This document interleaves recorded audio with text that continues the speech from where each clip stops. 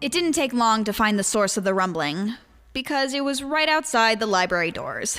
We ran into it, again, literally, a 20-foot-tall gargantuan being of smooth clay. Lyall Wolfowitz, the Wolfman, was on its shoulder. Though the clay man's mouth was lopsided and expressive, its eyes were still, dark, upside-down triangles with no sign of life. What a foreboding, awe-inspiring sight. A golem. A what? A clay or mud figure brought to life by magic. What is this idiot doing with a golem? You might be wondering what I'm doing with this golem. Oh!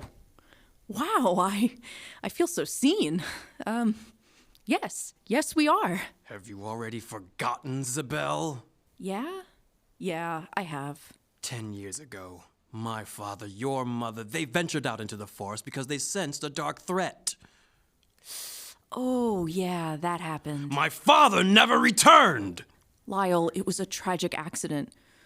We all were and are so sorry. Shut it, Zabel! I'm trying to talk. There is no need to be rude.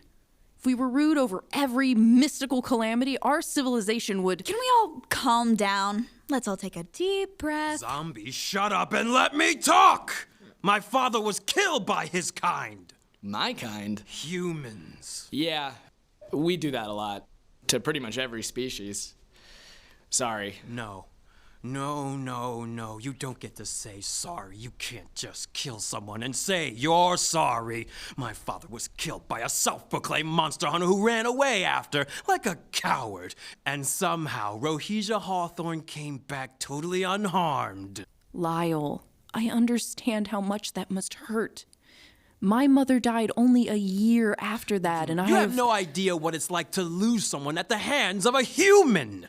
Ever since that day, I've been waiting for my chance to get my revenge. Long ago, my father told me about the Maharal of Prague and his golem as a bedtime story. Over the years, I realized it was only fitting for a golem to be my mechanism of revenge. Having your human here is the perfect test run. Test run?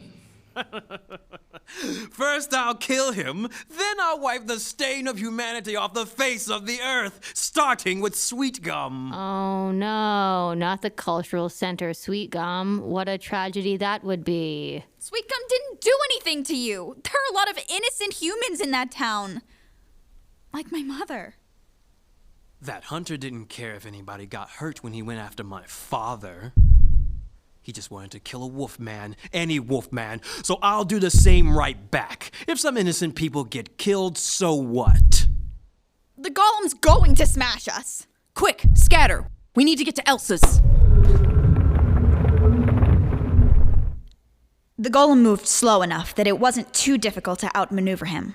After we escaped, Hanako and I probably should have taken Ash to the manor as planned, but instead we insisted on following an unhappy Zabel to Dr. Frankenstein's. Elsa's lab was as cold and uninviting as ever, still stinking of blood and formaldehyde. What am I meant to do? You know how to stop it, don't you? Whatever that thing is. I have read some of the Ashkenazi texts related to golems. This golem, after being given life by Lyall's hands, protects and serves only him. Hey, I'm Jewish. I should be immune to its attacks, right? No! Not how it works. Not even a little. It's not something they teach about at Hebrew school. Not that I really remember a lot. Most Hebrew schools don't teach advanced magic. Mom never taught me how to stop a golem. The golem is animated by a magic scroll placed under its tongue and obeys whoever placed it there. Remove that scroll, and it will return to dormancy. Great! I have no idea what to do with that information. I could just float up and take the scroll. No! The scroll is enchanted to vivify. You wouldn't be able to touch it without an adverse reaction. It's enchanted to give life. So any kind of undead cannot touch it without side effects. Out of us, only Ash or Zabel could take it. I trust Ash more. Same. I also trust me more. You guys, I am town figurehead. We're all agreed. Ash will do it. No, it's too dangerous. Letting it run amok and kill everyone is also dangerous? Of all of us, he is the most suited to take the scroll from the golem. How is he supposed to do it? How should I know? It sounds like your dear friend has found you. How did he know we'd come here? Whenever someone doesn't know what to do, they come to Dr. Frankenstein. It is my burden. Go outside before he comes in here. I wish to avoid any unnecessary destruction of my laboratory.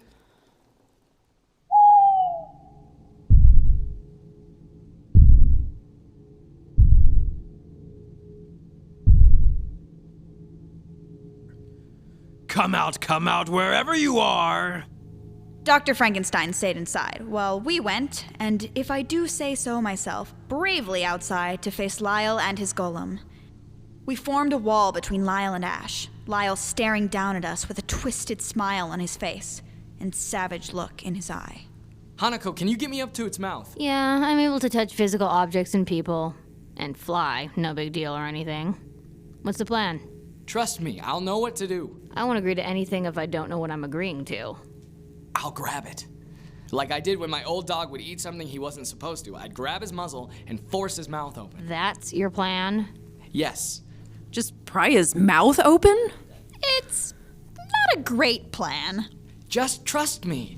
Give me the human and you'll all be spared! With pleasure. Hanako lifted Ash up by his armpits, slinging him toward the golem's mouth. If my heart was still beating, that sight alone would have stopped it in my chest. What are you idiots doing? Golem, destroy him. He won't destroy me. I've got a plan. Whatever Ash's plan was, it didn't work. The golem smacked him down out of Hanako's grasp with one swipe. Ah! Ah! Ash! Jumping jack-o'-lanterns! Oh wow, your stupid plan didn't work. I'm so shocked. Hanako, get him before the golem does. The golem raised its massive hand and brought it down with great force. Just as Ash was about to be smashed, Hanako pulled him to safety. Thank the Grim Reaper. I thought he was going to be Librarian Pancakes. Run! I'm running! I'm running! Ow! Zabel, distract Lyall. I have another idea. Oh goody, another one. Hey, Lyall. What do you want, Hawthorne? I just want to talk. I know you're better than this, Lyall. Siding with humans. You really are a trash can of a witch. I am not. R2! Can't even get beyond the glamour level. Well, you're a jerk, and you look like a wet dog that took a bath in swamp water. Not the distraction I expected, but I'll take it. And smell like one, too. You just wish you could magic up your own golem. Except that would require you to have 2 brain cells instead of just 1. Hanako, one more time. Get me up to the golem's mouth. Okay. At least I'll get some more entertainment. Hanako lifted him once more into the air. Ash dug around in his pocket. I couldn't see what he had in his hand until Hanako had him close to the golem's face. Here, eat this. He unwrapped one of the Rice Krispie treats, tossing it into the golem's mouth. The golem smacked its lips and tried to use its tongue to free itself from the marshmallowy trap. All that mouth movement did the trick. The scroll fell out onto the ground. With a pained howl, the golem collapsed, deactivated back into lifeless clay. My golem! With the point of her finger, Zabel bound Lyall with invisible rope. It wavered, but it held. This is not just a glamour, huh? It's a pure conjuring. In your face. And, in case you forgot, Lyall, killing humans is illegal. Let's get you back to town. Traitor! You're a traitor to your own kind, a watered-down version of your mother! Isabel flinched. The hurt look in her eyes shocked me. We took Lyall to the town's jail and locked him away. I have no idea for how long. After Lyall's last words to her, Isabel wasn't up for questions. The whole city went back to normal only moments later. With so many monsters running around, events like this were more like a bar fight. People looked, but lost interest once it broke up. Nothing was too weird for the city of Wormwood. We followed suit, pulled ourselves together, and returned to the library. I might regret this. Regret what? You working here. Really? I can work here? Yes, you have the job. Did I forget to say it? I forget to say it sometimes. No, you didn't forget. I'm just surprised. Thank you. You'll take over for Loveland. My job. We hadn't noticed the humanoid frog standing off to the side of the room. Who is that? It's Loveland. Who did you think it was? I don't know. I didn't want to assume. He's a giant humanoid frog. Who else would he be? I don't know how many giant humanoid frogs there are. He said, my job. Did you think you were taking more than one humanoid frog's job? Well, I don't know. I was trying to be considerate. Watch your back, human. Okay. You start tomorrow. Thanks, Rochelle. Did I just get another permanent housemate? And that's how a human ended up living with us. He was the first human to live in Wormwood in 200 years. Ash turned in his 2 weeks' notice at the Sweet Gum Library and moved into the manor. He told the other humans he was moving to Tampa to start a music career. Tampa was the big city everyone in Sweet Gum dreamed of escaping to. I know, it's sad. It wouldn't be the last time we ran into Lyall, but I wish we were always that triumphant.